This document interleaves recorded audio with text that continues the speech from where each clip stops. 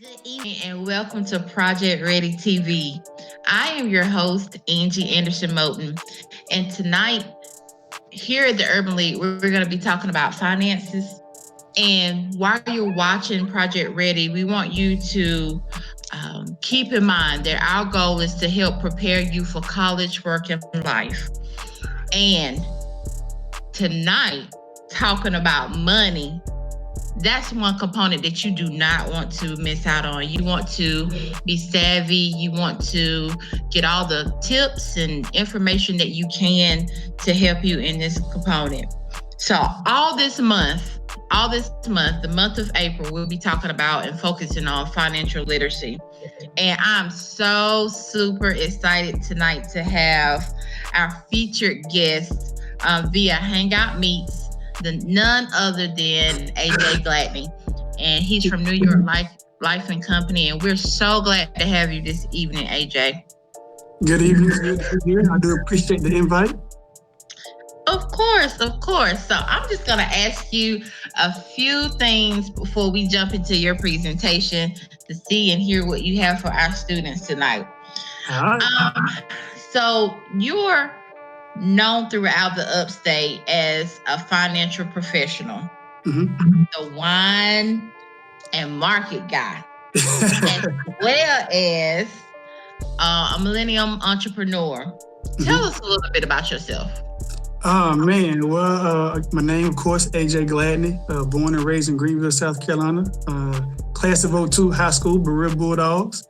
I started, my entrepreneurial, journey early in life. I would say around age 12 or 13. So single parent household, family from all over Greenville, born and raised, everyone is. So, yeah, homegrown. Okay. Well, wow. Well, I want to get a little bit more into your professional career. So Tell us about that as a financial professional and your life as an entrepreneur. Gotcha. So I do manage a private client base with New York Life, providing goal-based financial planning. And I've been doing that unofficially since I was 21, but officially for the last 4 years now. And it's been a journey. It's been very interesting to peek into other people's finances, then taking my background and my history, my experiences, and being able to, implement that into their planning and giving them the best I can of myself. Good. So thanks for sharing that piece about yourself personally and professionally. We have so many middle and high school students watching tonight. And ready to learn about this money thing. So I'm going to turn it over to you and allow you to share your presentation. And then when we come back, we have a few Q&A and we'll wrap up with a little something else at the end. Gotcha. Okay. So you guys should see the pyramid. And what that is the 4 tiers of finances. Understanding how your dollar works and how it moves. And at that bottom level, we call that defensive planning. As you come out of high school, into college, graduate college, and get into your careers, you want to start setting your lifestyle early, a lifestyle that you can afford and maintain. A lot of times, as we become adults and start to get more money than what we ever had before, we create spending habits. And you want to be able to control those spending habits as much as possible. And keeping in mind, don't try to keep up with the Joneses. So the defensive foundation is very important for the long ball game. You don't want to come out the blocks spending too much money because you're young, you want to enjoy it. You never had it before. And then 20, 30 years down the road, you got to completely change your whole lifestyle and spending habits to make up for the years where you just blew everything.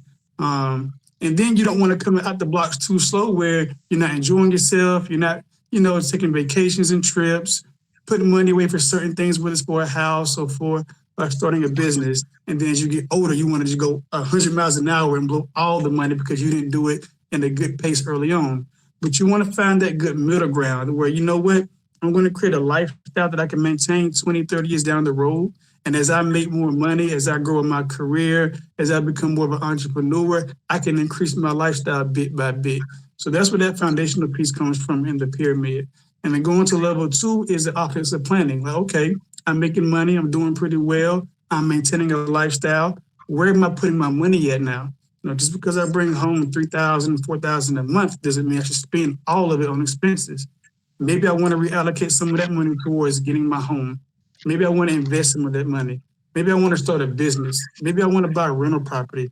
Maybe I want to do things where my money can make money. And you want to start aligning your money with goals and objectives. So that way, one becomes more personal to you.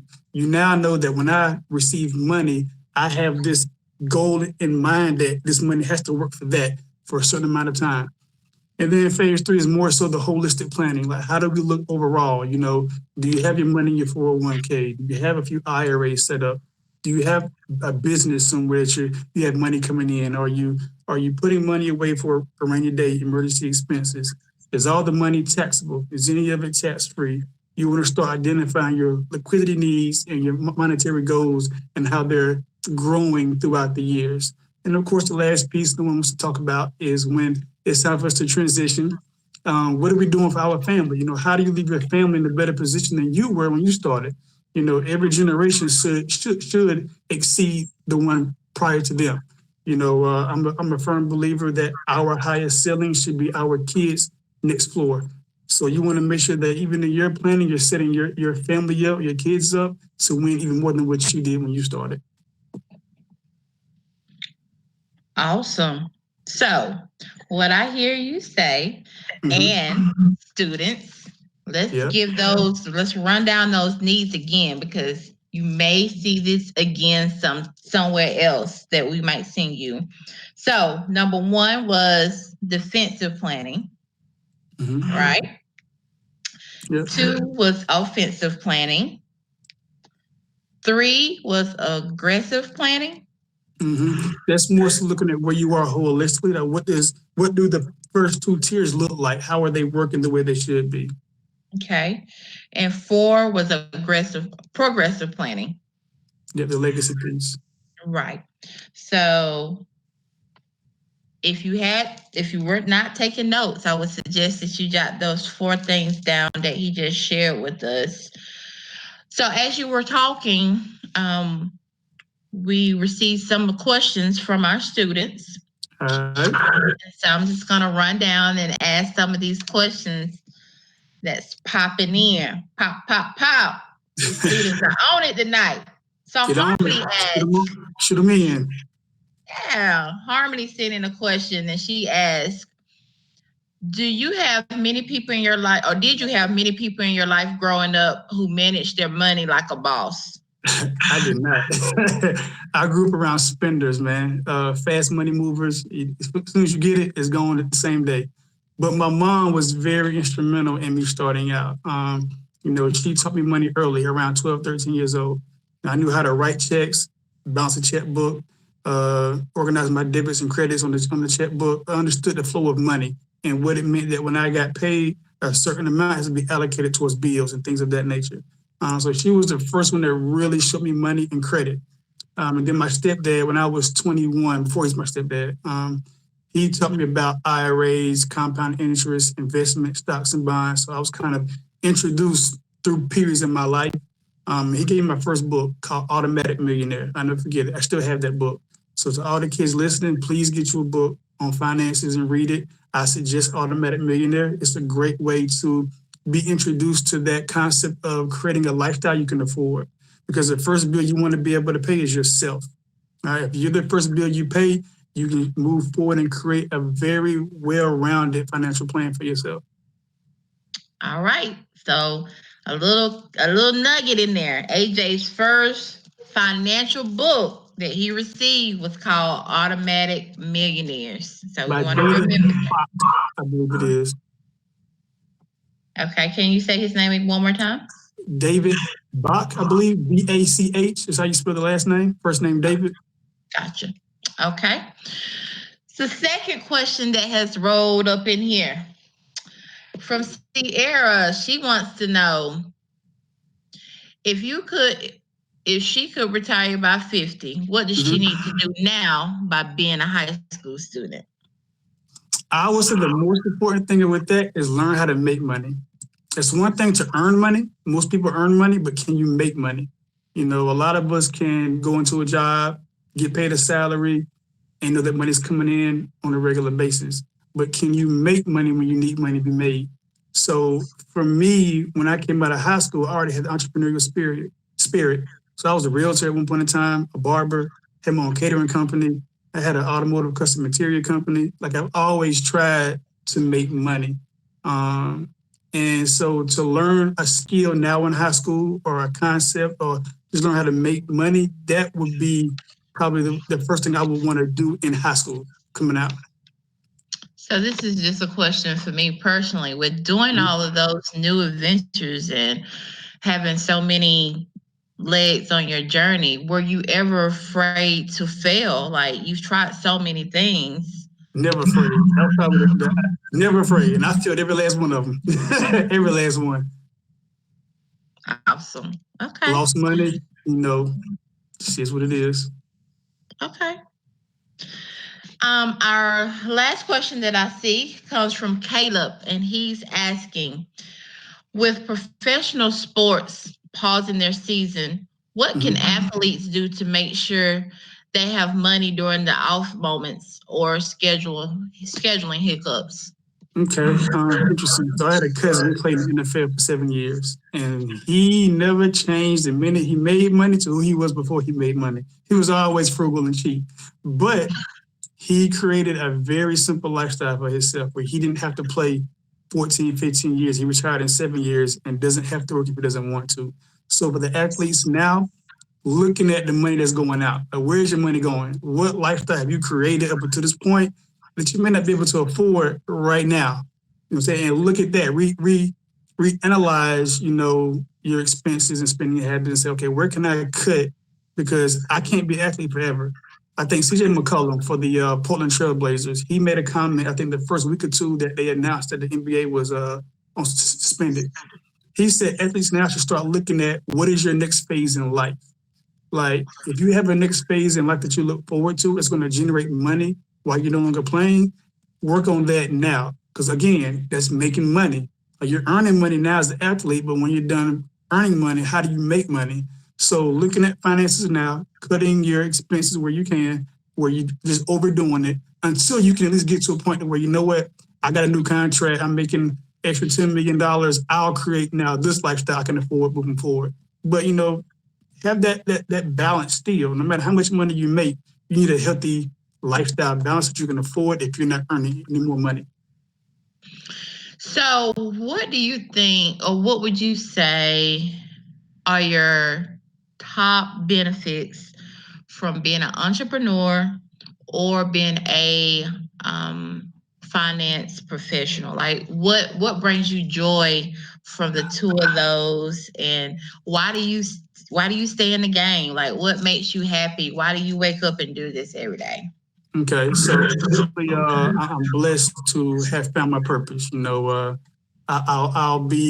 I'll say the normal sing and dance, but God is good. Like I found this career, or the career found me as a blessing, and I enjoy the light bulb going off in people's heads when I show them a plan. Like they tell me their dreams and goals, what they want to look like, what their aspirations are financially, and I can put a plan together that looks like that, but it's on paper. It's like, man, I never knew that. Like, yeah, that looks good. Like I never knew this is how money worked. So having that light bulb go off to where it makes sense, it's like, okay, that's where I get the enjoyment.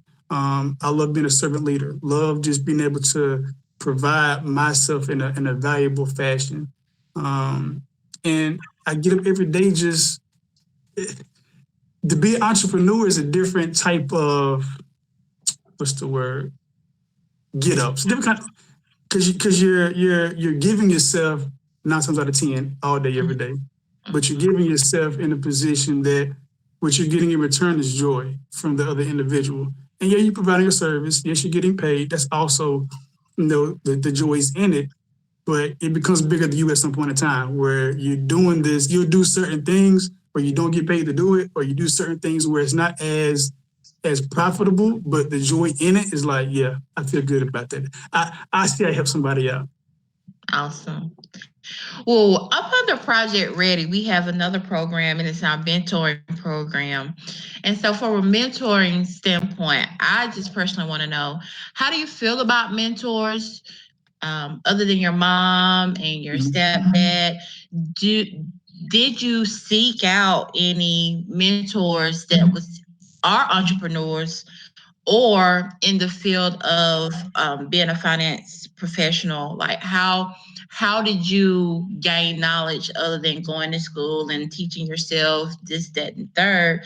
Like, how do you feel about mentorship? Well, I'll say this. What I do, you don't need a degree for. So that's the first thing that's very interesting about this field. You don't need a degree for it. But, my first mentors, my family are all entrepreneurs. They just didn't spend wisely. So I have it in my bloodline. Work ethic, entrepreneurship is there. But my mentors now are all like probably 60, 70 years old. They're all older. But they come with a lot more experience, a different dynamic of what the standard should look like, right? So that's a good foundation side of my mentors, is having that older age and experience and a different standard of doing business. But then I have my peers who I look up to, those who I see in the business, who I talk to on the regular. I steal ideas from on the regular. They already know it. Like, they're doing things that either I haven't implemented yet, or if I want to, that's how I want it to look. And I got to be able to mimic that in my own way. And then I have a group of young individuals who kind of keep me young in thought and in my processes and what it's going to look like when I'm talking to a younger millennial, or I think with the Gen Zs that are coming up next. So I have a good mixture of mentors and peers that give me the balance of all angles, from older to doing what I'm doing to younger and thinking totally different what I think right now. So very important. Like minds, you got to get around like-minded people. You got to be able to get value from the people you're talking to. If you're not getting value, inspiration, you got to go. That's harsh, but sometimes that is reality, and it's a great habit to understand, or a great message to learn when you're in middle school or high school, so that it would be easy if you need it going as you get older. And I want to say this, and when I say let them go, doesn't mean never talk to them again, but limit that time with them to where you're not losing your value. You're not dimming your light. Like, you're still maximizing who you need to be. Right. But, still stay in contact. But I was reading another book I'm going to give you guys a read, called Outwitting the Devil. And one of the things that it talked about was being young and not knowing your direction in life. Now, everyone finds their purpose and direction at different points, but to start having that thought as early as possible, because the minute you know what you want to do, and the minute you know how you want your life to plan out the next 2, 3, 4 years, you're going to start doing things towards that goal.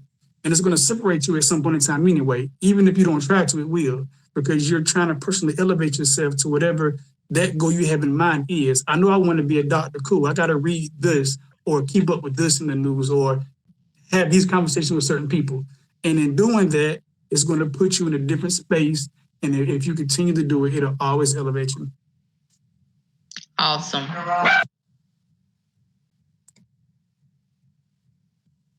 Well, I so appreciate that, all of the information that you just gave us. It's so helpful for not only our students, but our parents as well.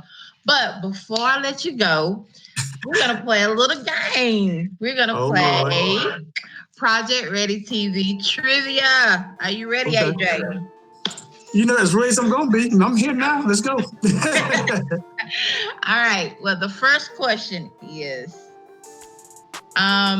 okay, so it's Urban League history. Right.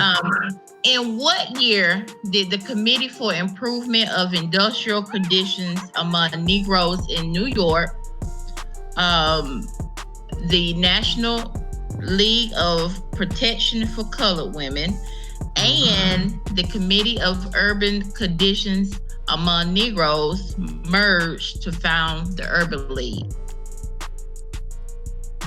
Let me give you some answers. Yeah, go ahead. A, 1921. B, 1877. C, 1911. Or D, 1908. 1911. That is correct. Hey, who told you, AJ? 1911. That is the correct answer. One more question. This is some upstate history. Okay. Where did the Urban League of the Upstate organize at? A, the basement of Springfield Baptist Church. B, sanctuary of Moton Presbyterian Church. C, secret meeting at Richland Cemetery. Or D, the gymnasium of Enery High School. Before I answer this question, is the church the same one over downtown, right outside of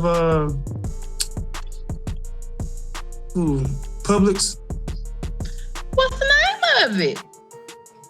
Springfield. AJ, I think you have a urban leaguer in your house. Just me? That is the correct answer. It is a basement of Springfield Baptist Church. It's where Urban League of the Upstate first started to organize. So, is there any last tips or encouragement that you would like to give our students? Be resilient. It's going to be tough. Life is not fair to anyone, but it is fair at the same time because we all going to have ups and downs.